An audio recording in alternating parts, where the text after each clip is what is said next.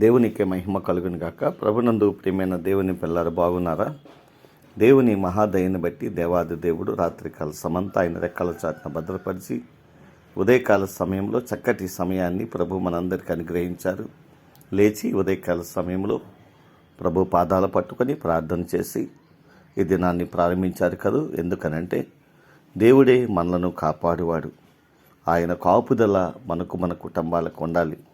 రాత్రి అంతా ఆయన కృపలో మనలను మన కుటుంబాలను క్షేమముగా కాపాడినవాడు కనుక లేచిన వెంటనే ప్రభు పాదాలు పట్టుకొని ఆయనకు కృతజ్ఞతాస్తుతులు చెల్లిస్తూ ఈ దినాన్ని ప్రారంభించడం మనకు ఆశీర్వాదకరమని దేవుని మాటను బట్టి మీకు జ్ఞాపకం చేస్తున్నాను.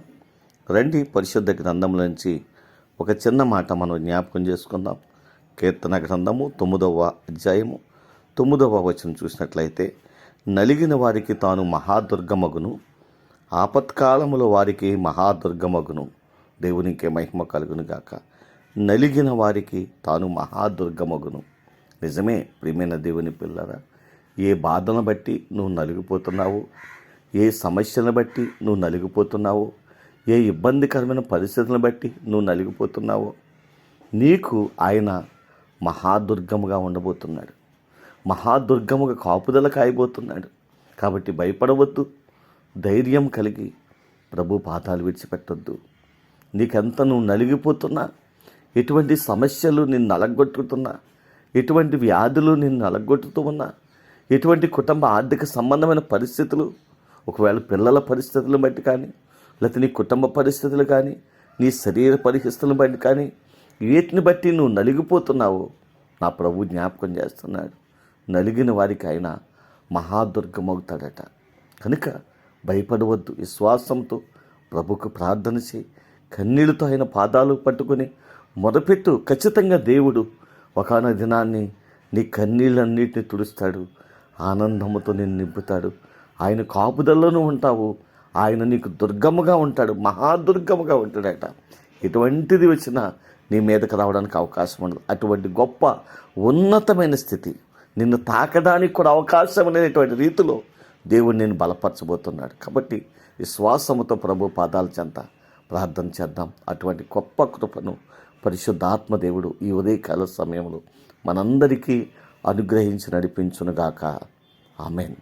కృపాసత్య సంపూర్ణమైన మా తండ్రి, కృపామయుడైన మా దేవానికి వందనాలు, స్తోత్రాలు. ఈ ఉదయకాల సమయంలో మరొకసారి నీ మాటలు జ్ఞాపకం చేసుకునే గొప్ప భాగ్యాన్ని మాకు ఇచ్చినందుకు నీకు కృతజ్ఞత ఆస్తులు చెల్లిస్తూ ఉన్నాను. స్థానిక సంఘాన్ని, గ్రామాన్ని కూడా దీవించండి, ఆశీర్వదించండి. మా రాష్ట్రాన్ని జ్ఞాపకం చేసుకొని రాష్ట్ర ప్రజలందరినీ దీవించండి. బిడ్డ చేస్తున్న వ్యవసాయములను, చేతి పనులను, వ్యాపారములను, ఉద్యోగములు కూడా దీవించండి, ఆశీర్వదించండి. వారి జీవితాల్లో నెమ్మది, క్షేమమును, సమాధానమును అనుగ్రహించండి. దేవ చదువుతున్న బిడ్డలకు మంచి జ్ఞానాన్ని ఇవ్వండి, ఆరోగ్యాన్ని ఇవ్వండి. ఆయా ఈ దినాన్ని చక్కటి కార్యక్రమాలు చేసుకుని, వివాహ దినాలు జ్ఞాపకం చేసుకొని నిన్ను స్తుతిస్తున్న వారిని కూడా, వారికి రావాల్సిన దీవెన ఆశీర్వాదాలు సమృద్ధిగా దయచేయండి. దేవా, పుట్టినరోజు వేడుకలు చేసుకునే బిడ్డలను కూడా దీవించండి, ఆశీర్వదించండి. నెమ్మది, క్షేమమును దయచేయండి. ఉద్యోగం చేసే బిడ్డలకు మంచి కాపుదలు ఇవ్వండి. గర్భఫలం కొరకు ఎదురు చూస్తున్న బిడ్డలకు గర్భఫలాలు దయచేయండి ప్రభా. అయ్యా, వివాహ దినాల కొరకు ఎదురు చూస్తున్న బిడ్డలకు వివాహ దినాలు సిద్ధపరచండి. నీ సన్నిధి వారికి తోడుగా ఉంచి నడిపించండి. మా దేశాన్ని, ప్రపంచ దేశాన్ని కూడా దీవించండి. మా గ్రామాల నుండి మా ప్రాంతాన్ని, అయ్యే దేశాలు, ఆయా రాష్ట్రాల్లో ఉన్న ప్రియబిడ్డలందరినీ జ్ఞాపకం చేసుకోండి.